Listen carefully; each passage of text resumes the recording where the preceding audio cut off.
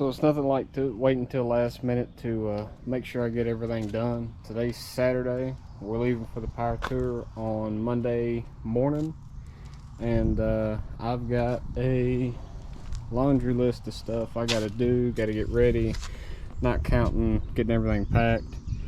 I need to drain and refill the antifreeze because I'll just start off with that. That's probably what I'm gonna start with. It's pretty gross. This was fresh peak antifreeze, but what I'm going to chalk that up to is that when I got the motor, they have to flush all the fluids out of everything. So what I'm thinking is it had some water residue in it, and that's a cast iron block, and it just rusts because of, you know, just sitting there in the crate and then coming here. So anyway, that's the first antifreeze I put in it. So I've got some more peak antifreeze.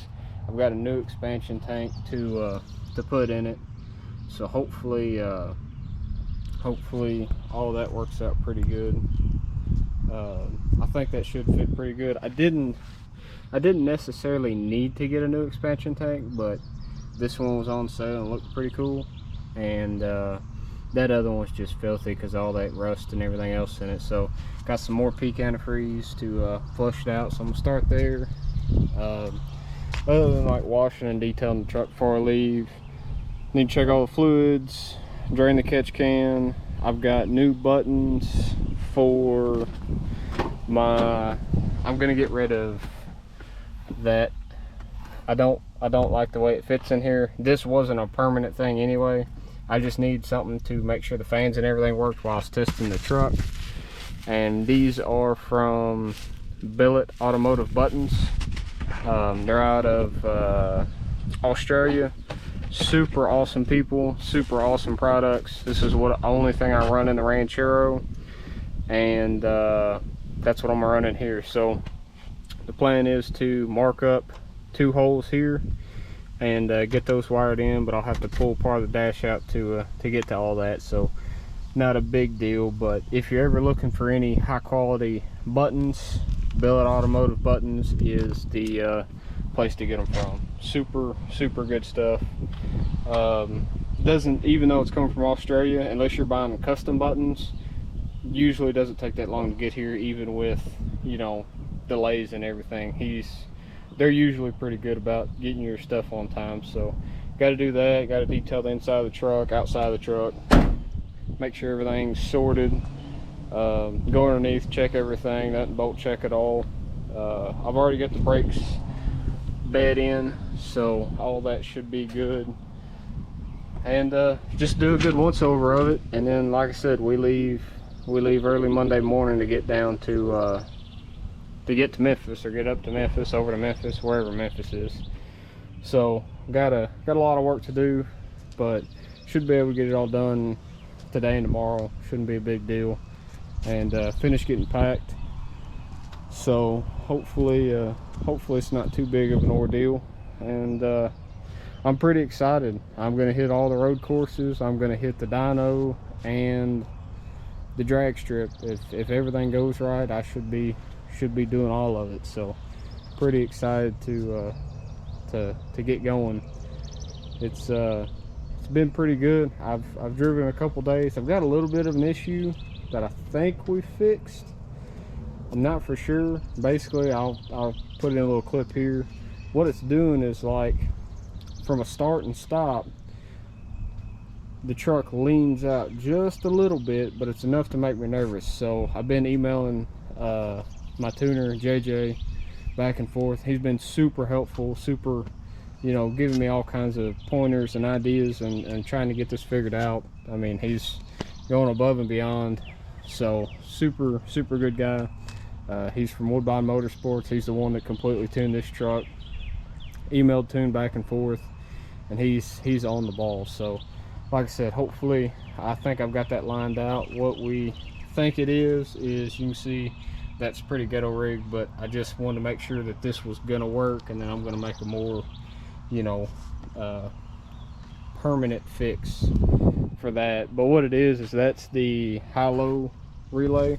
The way these trucks are set up is the fuel pumps ramp with engine RPM and boost. So what it was doing is we're thinking it wasn't getting enough fuel pressure at idle, so it would drop a couple pounds and the injectors would kind of starve a little bit and then they'd come back. So that's why running down the road and you'd get on it, it wouldn't drop. But if you were coming from a stoplight or stop sign, it would kind of drop down and freak out for a second. So I've jumped that over. It seems to be a lot better. I'm not going to say it's completely perfect, but I'm a lot more comfortable with it now. And like I said, so all that seems to be good. I'm going to do a nut and bolt check over everything and get some extra tools and belts and all that packed and ready to go. So got a lot of work to do, but I think I should be able to get it all done. So I guess I'm going to get started and quit talking.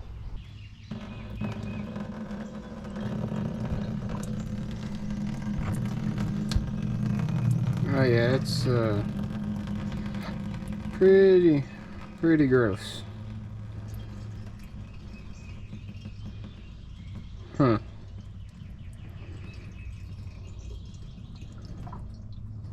Well, you know, I see it. That's got a green tint to it. Maybe just that little bit of rust. Kind of just sitting the top of the expansion tank. I don't know. Anyway, let me pull the cap off. There it goes. Huh. Oh yeah. Oops.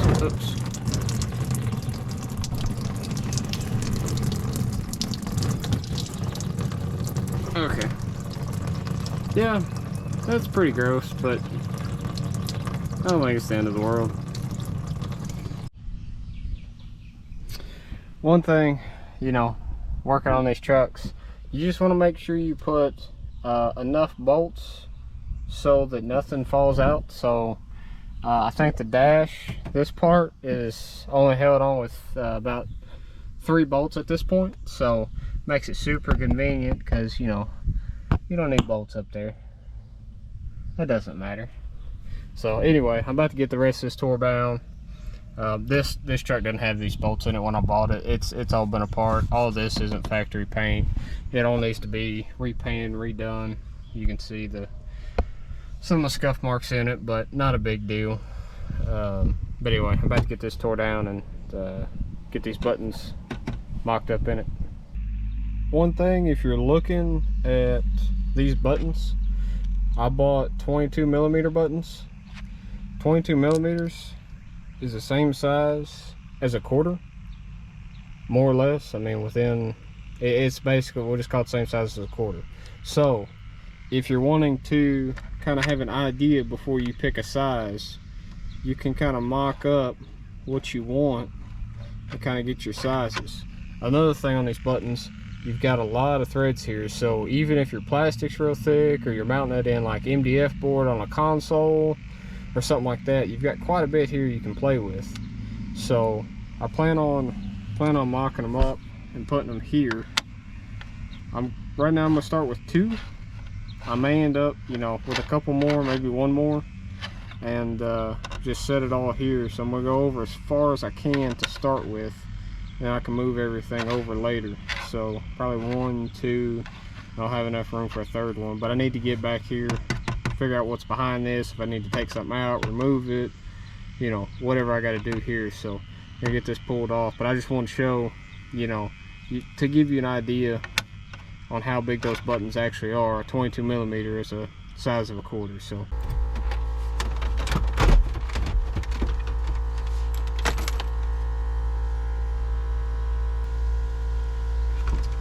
and I was making a joke about not putting all your bolts back.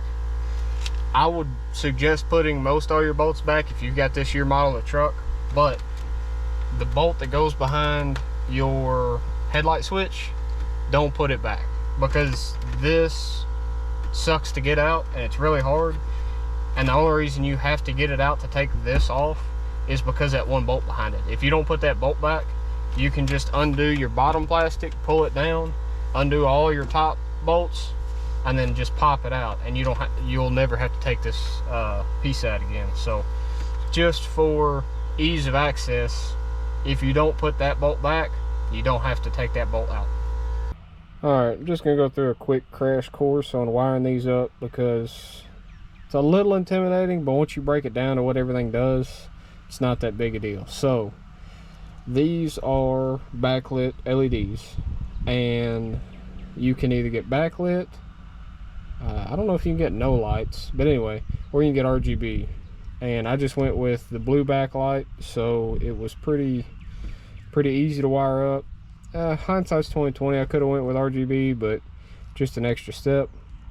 But anyway, and you also don't have to, I guess technically you don't have to hook up the lights, so I guess that would be your no light option. But anyway, so you can kind of see, you can just look up online their breakdown on how you want to wire it all, so you can look that up. But anyway, on your LEDs, if you want to run it with, so your green wires are going to be the ones that you're going to hook up for your switch. So this isn't a momentary switch. This is a you know, a latching button. So basically the way you're going to set it up is one side's going to be where your current goes through, and then the other side's going to be whatever you're going to. You don't want to hook these up straight, obviously, with any kind, especially fans, but any kind of, you know, higher, you know, voltage thing, these aren't going to hold up. They're just, not that it's a bad product, that's not the way these are set up. So anytime you're running anything that might draw a decent amount of current, hook up a relay. Relays are cheap, these buttons are not. So it's much easier to hook up a relay. Obviously I've got fans hooked up to relays and everything else. So anyway, one of them is going to be your in, one of them is going to be your out. So the red and the black are for your LEDs. So if you want the LED to come on with your ignition and accessories, you'll hook it up to the accessory side, or whatever your 12 volts is coming from. If you want it to hook up to when the button is pushed, and so whatever you're using, you know it's on, you'll hook it up to the other side. So when you know, close the loop and you push your button and whatever turns on, your light will turn on. And then your black one's your ground. So just ground it to wherever you can get, you know, to the body and get a good ground. Ground, green, green. So pretty simple to hook up. Not a big deal, but it is a little intimidating when you look at it. You're like, oh, this is quite a bit. This isn't just a regular, you know, your little 3-prong that are pre-labeled. But like I said, just look it up online. Not a big deal. If you got any questions, you can email them, call them. Not a big deal. But that's how you wire that up. All right, I don't know if you can see, but I've got my spots drawn up to go ahead and drill my holes. One thing you do need to be mindful of is your nuts. Kind of space them out a little bit, maybe, you know, 1/4 inch in between or so of each of one of your buttons, because you don't want to get it all drilled and realize you can't tighten everything down. Also, make sure that you don't have any, you know, problems with stuff interfering in the back. Luckily on this I don't. Everything's just pretty open back here. There's a spot that basically runs all the way down with, you know, your headlight harness and everything else, so shouldn't be too big of a deal. And I'm just going to use a step bit and step it all the way out to size, and shouldn't have any problems. So I'm gonna get to drilling holes in my dash and trying to get these buttons put in.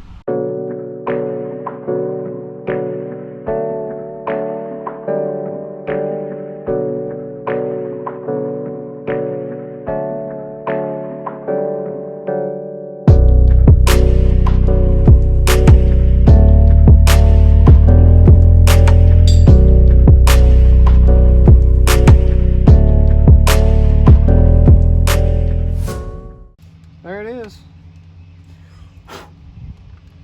Got all that to clean up. That's gonna look pretty sweet. Very nice, clean, inconspicuous That looks good. I think that's, once I tighten it up, it may get a little more flush, but I like that. That just kind of, it's very OEM-ish. It doesn't stand out, but it stands out enough that it looks good. So, all right, I got that one down. Step over and drill the next one. Getting everything wired up now. I'm using, it's a little overkill, but I'm trying to get a little better about doing things neater. And these are waterproof connectors. This is actually a 6-pin. I'm not going to use it. I'm going to use a 5-pin, which is, yeah, here it is. I use 5-pin connector and male and female end. Pretty simple. You can pick them up on Amazon. They're waterproof, so like wiring up the Ranchero, stuff like that, I use these on the outside of the car for like the taillight plugs and everything else, because I wired all it, you know, nothing was pre-done. So anyway, like I said, you can pick these up on Amazon. Super easy to use. Just kind of make sure you're putting it all, but basically the wires slide up in here, crimp it down, and the best thing to use, you can get these Craftsman ones work great. The little end on them works really good. It just bending the little ears over. I don't exactly know the thickest wire you can run through them, but right now I've got all these tied together, and it slides right in it. The only thing is, if you do something like this, is you won't be able to get the little rubber grommets on them. Not a big deal for my application. There's a couple different options you can do. You can run all these to one wire and then have one wire run to your connector, but for my purpose on the inside of the truck, not that big a deal. So basically you just slide them up in here, bend your little tabs over, and then put it all together. And then just make sure you put all the same connectors on one end and then all the same connectors coming off the other side. And then they just slip through here, the little pins lock in, and pretty simple. So we're gonna get the rest of this wired up. So this is what it'll look like all hooked up. Right now, like I said, I run a 5-pin on this one to give me an extra one for later if I want to add anything, need to add anything. I guess I could have run a 4, because to take this off, it's just these 2 little clips. The red piece comes out, these pins slide out. There's a little tab you may have to push down to get them out, but that's kind of how it does. The white ones, for my application, shouldn't be used, and that's kind of how that looks. So I'll get the one on the dash all wired in and get it plugged up. These here, just keep in mind, they will not go through your holes, so these will always stay behind, and then your buttons clip into there.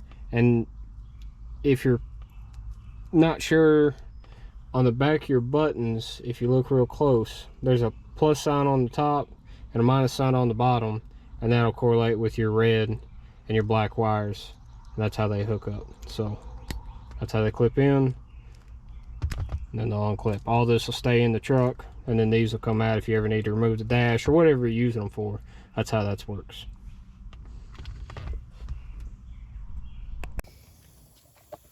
So got a vacuum pulled on the system. It's been on there probably 5-7 minutes, and we've only lost maybe a PSI, so looking pretty good. So we're gonna go ahead and start trying to siphon anything out and get the system done and try to get this truck wrapped up. Need vacuum out of the system. There you go. All right.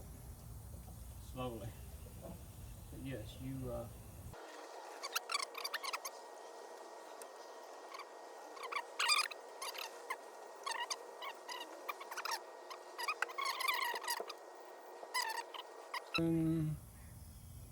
Six, 5, 4. So that fluid. a little bit.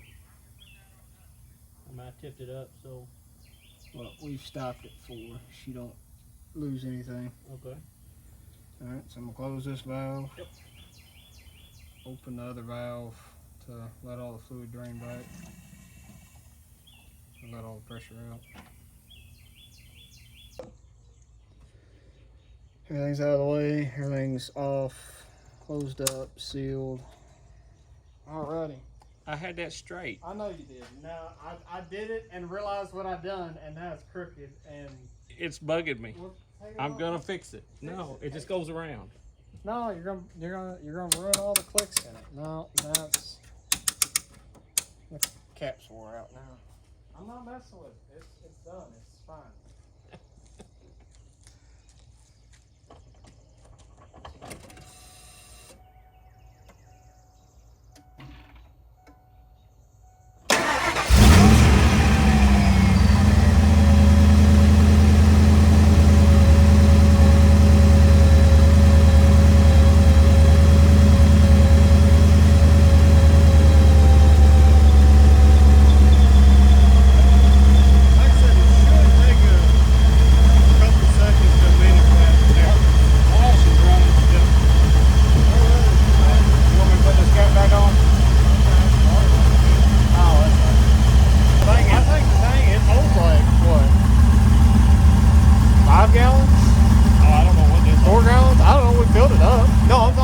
System altogether. Like this Right, that's what I mean. It goes because it goes through everything. Yeah. We'll just pour the whole bottle out. That's what I do. That's how I measure.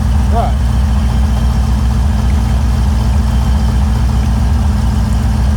Done. Yeah, see? That was easy. Alright, yeah, just put the cap on it and we'll let it cycle. Cool.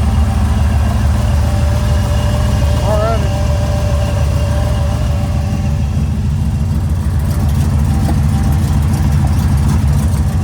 No horrendous leaks.